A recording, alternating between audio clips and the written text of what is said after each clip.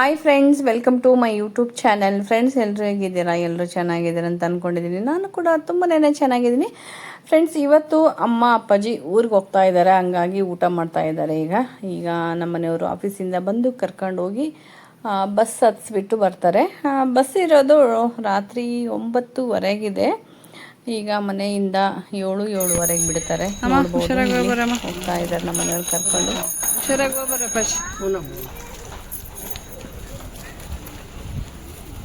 Glass ಇಳಿಸೋದು ಬೇಡ.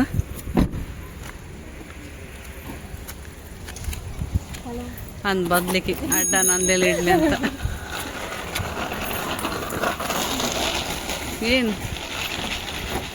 ಏನ್ ಬೇಕೆ? ಏನೇ ಮಾತಾಡು. ಏನಿಲ್ಲ, ಲಂಚ್ ಬ್ಯಾಗ್ ತಗೊಂಡ. ಬಾಯ್ ತಾತ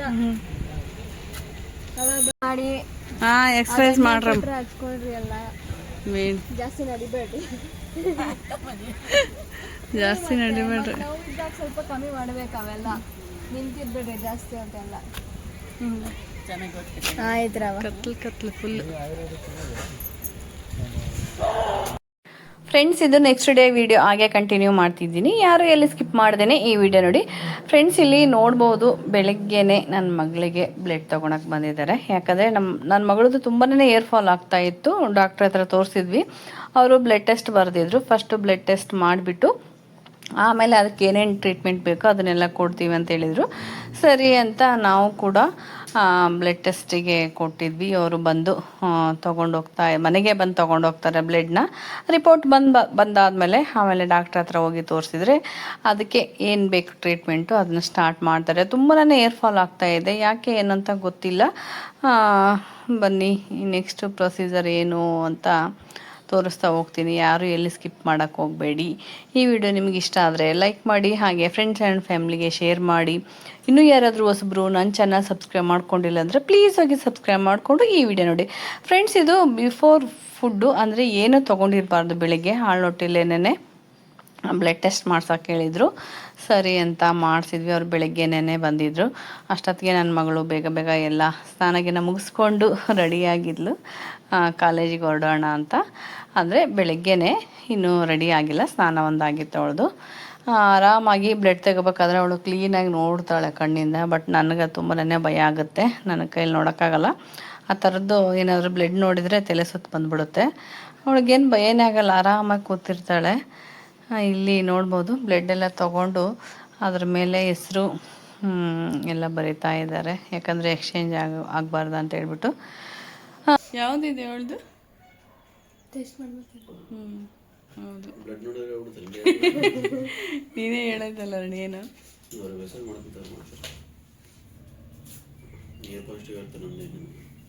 ಹೌದಾ?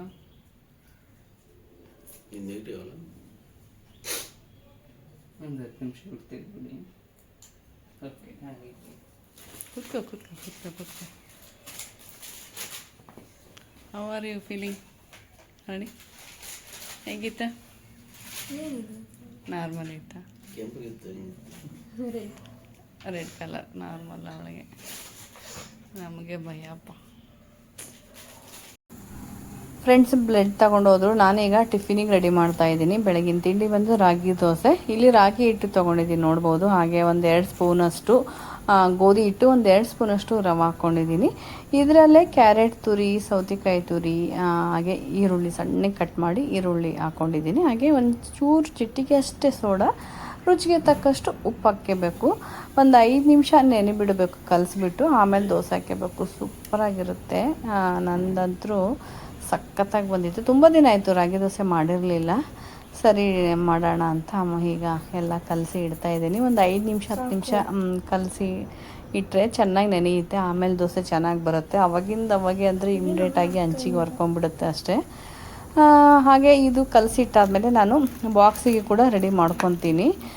ಬಾಕ್ಸಿಗೆ ಚಪಾತಿ, ಬೀಟ್ರೋಟ್ ಪಲ್ಯ, ಹಾಗೆ ಮೊಳಕೆ ಕಾಳು ಮಾಡೋಣ ಅಂತ ಅಂದ್ಕೊಂಡಿದ್ದೀನಿ. ಬನ್ನಿ, ಬೇಗ ಇದನ್ನು ಕಲಸಿ ಸೈಡ್ಗೆ ಇಟ್ಟು ಆಮೇಲೆ ಅದೊಂದು ಪ್ರಿಪೇರ್ ಮಾಡ್ಕೊತೀನಿ. ಫ್ರೆಂಡ್ಸ್, ನೀವು ರಾಗಿ ದೋಸೆನ ಯಾವ ಥರ ಎಲ್ಲ ಮಾಡ್ತೀರಾ ಅಂತ ಕಮೆಂಟ್ ಸೆಕ್ಷನಲ್ಲಿ ಕಮೆಂಟ್ ಮಾಡಿ. ನಾನು ಈ ಥರನೂ ಮಾಡ್ತೀನಿ. ಹಾಗೆ ಪ್ಲೇನ್ ರಾಗಿ ದೋಸೆ ಕೂಡ ಮಾಡ್ತೀನಿ, ಅದನ್ನು ಸೂಪರಾಗಿ ಬರುತ್ತೆ. ಫ್ರೆಂಡ್ಸ್ ಇಲ್ಲಿ ನೋಡ್ಬೋದು,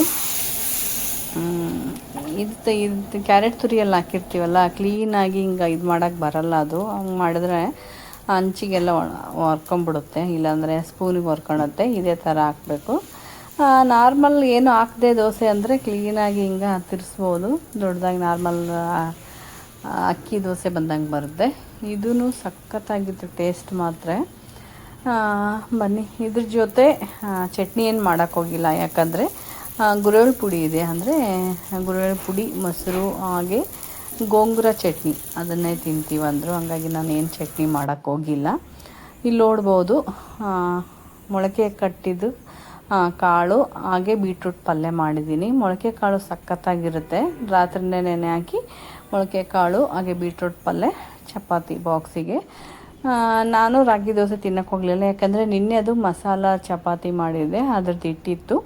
ಬೆಳಗ್ಗೆ ಇದನ್ನು ತಿಂದು ಮಧ್ಯಾಹ್ನ ರಾಗಿ ದೋಸೆ ತಿನ್ನೋಣ ಅಂದ್ಕೊಂಡು ನಾನೀಗ ಮಸಾಲ ಚಪಾತಿ ಮಾಡ್ಕೊಂಡು ತಿಂತಾಯಿದ್ದೀನಿ. ಇದು ಕಾಳು ತುಂಬನೇ ಒಳ್ಳೆಯದು, ಮೊಳಕೆ ಕಾಳು ಅಂದರೆ ಮೆಟಗಿದು. ಫ್ರೆಂಡ್ಸ್, ಈಗ ಡಾಕ್ಟ್ರ್ ಹತ್ರ ಹೋಗಿ ತೋರಿಸ್ಕೊಂಡ್ಬಂದ್ವಿ. ಬ್ಲಡ್ ರಿಪೋರ್ಟ್ ಬಂದಾದಮೇಲೆ ಆ ರಿಪೋರ್ಟ್ ಮೇಲೆ ಡಾಕ್ಟ್ರು ಕೆಲವೊಂದು ಆಯಿಲ್ಗಳು ಬರೆದಿದ್ದಾರೆ. ಯಾವುದ್ಯಾವ್ದಂತ ಹೇಳ್ತೀನಿ. ಮತ್ತು ನೀವು ಇದನ್ನೇ ಯಾರು ಫಾಲೋ ಮಾಡಬೇಡಿ, ಯಾಕಂದರೆ ಫಸ್ಟ್ ಡಾಕ್ಟ್ರನ್ನ ಮೀಟ್ ಆದಮೇಲೆ ಅವರು ಬ್ಲಡ್ ರಿಪೋರ್ಟ್ ಅದನ್ನೆಲ್ಲ ಬರೆದ ಮೇಲೆ ಆ ರಿಪೋರ್ಟ್ ನೋಡಿ ಏನೇನು ಬರಿಬೇಕಂತ ಬರೆದು ಕೊಡ್ತಾರೆ. ಮತ್ತು ಇದನ್ನು ನೋಡಿ ಯಾರು ಅಪ್ಲೈ ಮಾಡೋಕ್ಕೆ ಹೋಗಬೇಡಿ. ಫ್ರೆಂಡ್ಸ್, ಇದು ಬಂದು ತುಪ್ಪ, ಆಯುರ್ವೇದಿಕ್ದು. ಡೈಲಿ 1/2 ಸ್ಪೂನ್ ತುಪ್ಪ ತಿನ್ನಬೇಕಂತೆ. ಅಂದರೆ ಅವಳಿಗೆ ವಿಟಮಿನ್ ಡಿ ಕಡಿಮೆ ಆಗಿದೆ, ಹಾಗಾಗಿ ವಿಟಮಿನ್ ಡಿ ಟ್ಯಾಬ್ಲೆಟ್ ಒಂದು ಬರೆದಿದ್ದಾರೆ. ಇದು ಬಂದು ಒಂದು ಏರ್ ಪ್ಯಾಕು, ಹಾಗೆ ಏರ್ ಸಿರಮ್ಮು, ಏರ್ ಆಯಿಲು, ಹಾಗೆ ಏರ್ ಕಂಡೀಷ್ನರು, ಇದನ್ನೆಲ್ಲ ಬರೆದಿದ್ದಾರೆ ಅವರು. ಅದ್ರ ಮೇಲೆ ಇವಳು ಅಂದರೆ ಡೈಲಿ ಹಚ್ಕೊಳಂಗೆ ಏನಿರಲ್ಲ, 2 ಡೇಸ್ ಬಿಟ್ಟು ಇದೆ, ಒಂದಿನ ಬಿಟ್ಟು ಒಂದಿನ ಆ ಥರ ಅಪ್ಲೈ ಮಾಡಬೇಕು. ಏರ್ ಸಿರಮ್ ಅಷ್ಟೇ, ಹಾಗೆ ಏರ್ ಕಂಡೀಷ್ನರ್ ಅಷ್ಟೇ, ಏರ್ ಪ್ಯಾಕ್ ಕೂಡ ಅಷ್ಟೇ, ಅದನ್ನು ಅಪ್ಲೈ ಮಾಡೋಕ್ಕೆ ಹೇಳಿದ್ದಾರೆ. ವಾರದಲ್ಲಿ 2 ಸರಿ. ಎಲ್ಲನೂ ಅಷ್ಟೇ 2 ದಿನ ಬಿಟ್ಟು ಅಪ್ಲೈ ಮಾಡೋಕ್ಕೆ ಹೇಳಿದ್ದಾರೆ. ಅದೇ ಥರ ಫಾಲೋ ಮಾಡಬೇಕು. ಮೇನ್ ಅಂದರೆ ನಾವು ಜಾಸ್ತಿ ಚೆನ್ನಾಗಿ ತರಕಾರಿ ತಿನ್ನಬೇಕು. ಇದೇ ಏರ್ ಪ್ಯಾಕ್ ನೋಡ್ಬೋದು ನೀವು. ಇದನ್ನು ಅಷ್ಟೇ ವಾರದಲ್ಲಿ 2 ಸರಿ ಅಪ್ಲೈ ಮಾಡೋಕ್ಕೆ ಹೇಳಿದ್ದಾರೆ. ಅವಳಿಗೆ ನಾನು ಇವತ್ತಿಂದ ಸ್ಟಾರ್ಟ್ ಮಾಡಬೇಕು. ಮೇನ್ ಅಂದರೆ ನಾವು ಫಸ್ಟು ಚೆನ್ನಾಗಿ ತರಕಾರಿ ತಿನ್ನಬೇಕು, ಫ್ರೂಟ್ಸ್ ತಿನ್ನಬೇಕು, ಡ್ರೈ ಫ್ರೂಟ್ಸ್ ತಿನ್ನಬೇಕು, ಚೆನ್ನಾಗಿ ನೀರು ಕುಡಿಬೇಕು, ಲಿಕ್ವಿಡ್ ಇದೆಲ್ಲ ಇರುತ್ತೆ. ಚೆನ್ನಾಗಿ ತರಕಾರಿ ತಿನ್ನಬೇಕು ನನ್ನ ಪ್ರಕಾರ. ನನ್ನ ಮಗಳು ಒಂದು ಸ್ವಲ್ಪ ತರಕಾರಿ ತುಂಬನೇ ಅವಾಯ್ಡ್ ಮಾಡ್ತಾಳೆ, ಸ್ವಲ್ಪನೇ ತಿಂತಾಳೆ ಅಷ್ಟೇ, ಜಾಸ್ತಿ ಏನು ತಿನ್ನಲ್ಲ ಅವಳು. ಚೆನ್ನಾಗಿ ತರಕಾರಿ ಅದನ್ನೆಲ್ಲ ತಿನ್ಕೊಳ್ಳಿ. ಡಾಕ್ಟ್ರು ಕೂಡ ಅದನ್ನೇ ಹೇಳಿದ್ದು ಅವಳಿಗೆ, ಚೆನ್ನಾಗಿ ತರಕಾರಿ ತಿನ್ನಿ, ಸೊಪ್ಪು ತಿನ್ನಬೇಕು, ಹಾಗೆ ಕಾಳುಗಳು ತಿನ್ನಬೇಕು, ಹಾಗೆ ಡ್ರೈ ಫ್ರೂಟ್ಸ್ ತಿನ್ನಬೇಕು, ಅದನ್ನೇ ಸಜೆಸ್ಟ್ ಮಾಡಿದ್ದು. ಅವಳು ಫ್ರೂಟ್ಸ್ ಏನು ತುಂಬನೇ ಕಡಿಮೆ ತಿನ್ನೋದೇ ಇಲ್ಲ, ಇಟ್ಟರ್ನೂ ವಾಪಸ್ ತೊಗೊಂಬರ್ತಾಳೆ ಅಷ್ಟೇ. ಅವಳಿಗೆ ಇಷ್ಟ ಆದದ್ದು ಮಾತ್ರ ತಿಂತಾಳೆ ಅವಳು. ಆ್ಯಪಲ್ ಅವೆಲ್ಲ ತುಂಬನೇ ಕಡಿಮೆ.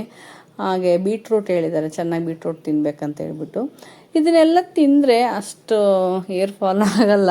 ಬಟ್ ಇವಳಿಗೆ ನಮ್ಮ ಮಗಳಿಗೆ ಏರ್ ಫಾಲ್ ಜಾಸ್ತಿ ಆಗೋದ್ರಿಂದ ನಾವು ಹಾಸ್ಪಿಟ್ಲಿಗೆ ಹೋಗಿ ಡಾಕ್ಟ್ರ್ ಹತ್ರ ತೋರಿಸ್ಕೊಂಡು ಬಂದಿದ್ವಿ. ಫ್ರೆಂಡ್ಸ್, ಡಾಕ್ಟ್ರು ಏನಕ್ಕೆ ಕೂದಲು ಉಚ್ಚುತ್ತಾವಂತ ಕೇಳಿದ್ವಿ. ಅವರು ಹೇಳಿದರು ವಿಟಮಿನ್ ಡಿ ಕಡಿಮೆ ಇದ್ದರೆ ಜಾಸ್ತಿ ಕೂದಲು ಉಚ್ಚುತ್ತಾವಂತೆ. ಹಂಗಾಗಿ ಇವಳಿಗೆ ಒಂದು ಸ್ವಲ್ಪ ವಿಟಮಿನ್ ಡಿ ಕಡಿಮೆ ಇದೆ ಅಂತೆ, ಹಂಗಾಗಿ ಕೂದಲು ಉಚ್ಚುತ್ತಾ ಇದ್ದಾವೆ.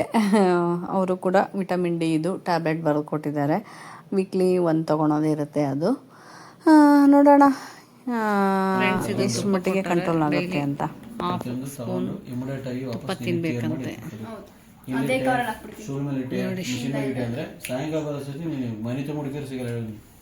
ಥರ ಇದೆ ಸ್ಮೆಲ್ಲು. ಚೆನ್ನಾಗಿದೆಲ್ಲ, ಚೆನ್ನಾಗಿದ್ರೇ ತಿನ್ನೋದು ಕಷ್ಟ. ಈಗ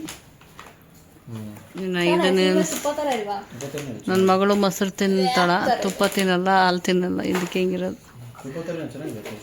ತುಪ್ಪ ತಿನ್ಬೇಕಂತ ಹೇಳಾರ ಡಾಕ್ಟ್ರು. ಹಾಲಲ್ಲಿ ಇಲ್ಲ ಏನಂತಾರೆ ಇದೆಲ್ಲ ಬಿಟ್ಟು ಮತ್ತೆ ಆಕಿಗೆ ದ್ರಾಕ್ಷಿ, ಗೋಡಂಬಿ, ಬಾದಾಮಿ. ಫ್ರೆಂಡ್ಸ್, ರಾತ್ರಿ ಅಡುಗೆ ಬಂದು ರೊಟ್ಟಿ, ಹಾಗೆ ಅಲಸಂದಿ ಕಾಳು ಪ್ಲಸ್ ಸಲಾಡು, ಸ್ವಲ್ಪ ಗುರೆಳ್ಳು ಪುಡಿ. ರೊಟ್ಟಿ ರೆಡಿ ಇದೆ. ಈಗ ಊಟ ಮಾಡಬೇಕು. ಊಟ ಮಾಡೋಣ ಬನ್ನಿ. ಇಲ್ಲಿ ನೋಡ್ಬೋದು, ಇಲ್ಲಿ ಸಲಾಡ್ ಕಲಿಸಿದ್ದೀನಿ, ಹಾಗೆ ಕಾಳು, ಅಲಸಂದಿ ಕಾಳು ಸಖತ್ತಾಗಿರುತ್ತೆ. ಮನೆಯವ್ರಿಗೆ ತುಂಬ ಇಷ್ಟ ಇದು ಅಲಸಂದಿ ಕಾಳು. ನಿನಗೆ ಚೀನಿ? ನನಗೆ ಇಷ್ಟ. ಸಲಾಡು. ಕಾಳು ಇಷ್ಟ ಇಲ್ಲ, ಕಾಳು ತಿನ್ನಬೇಕು. ಚೆನ್ನಾಗಾಗೈತಾ? ಒಡಿಗೆ ಚಪಾತಿ. ಬನ್ನಿ ಎಲ್ಲರೂ ಊಟ ಮಾಡೋಣ.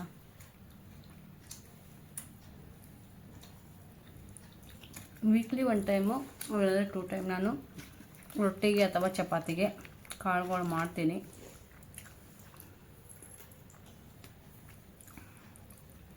ಅಲಸಂದಿ ಕಾಳು, ಹೆಸರು ಕಾಳು, ಹಾಗೆ ತೊಗರಿ ಎಲ್ಲ ಕಾಳು, ಹುಳ್ಳಿ.